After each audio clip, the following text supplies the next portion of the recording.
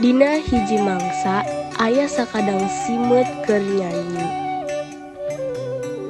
Tepati lila aya sakumpulan sirem lumpang ngaliwat.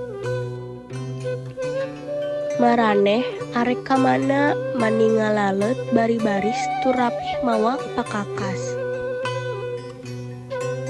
Tumaros simet bari ngagonjrengkeun gitarna.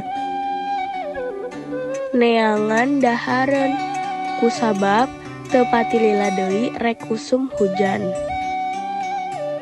Engke hese neangna deui, jawab pangawal anu jadi patugas keamanan sirem.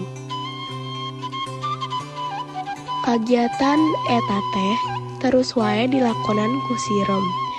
Dugi kapinuhna dahareun di nimah atawa guha sirem teh.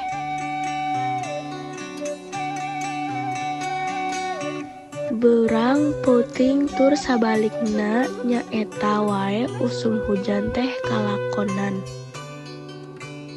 Sirem jeung garombolan sejenna eueuh nu kaluar. Maranehna keur leuleson sangkan kacumponan sagalana. Beda jeung simet anu kalaparan kusabab teu meunang dahareun. Simet nu geus kalaparan pisan ngarasa hariwang. Kumaha ieu eueuh dahareun? Bisa-bisa urang pae di dieu. Ceuk simet ngomong dina hatena. Aya oge kretek dina hatena sangkan kudu manggihan dahareun. Aya kretek dina hatena sangkan kudu manggihan ka imah si sirem. Minta dahareun tapi era. Saking lapar eta manehna maksakeun, "Tulung, urang lapar teu boga dahareun, tulung."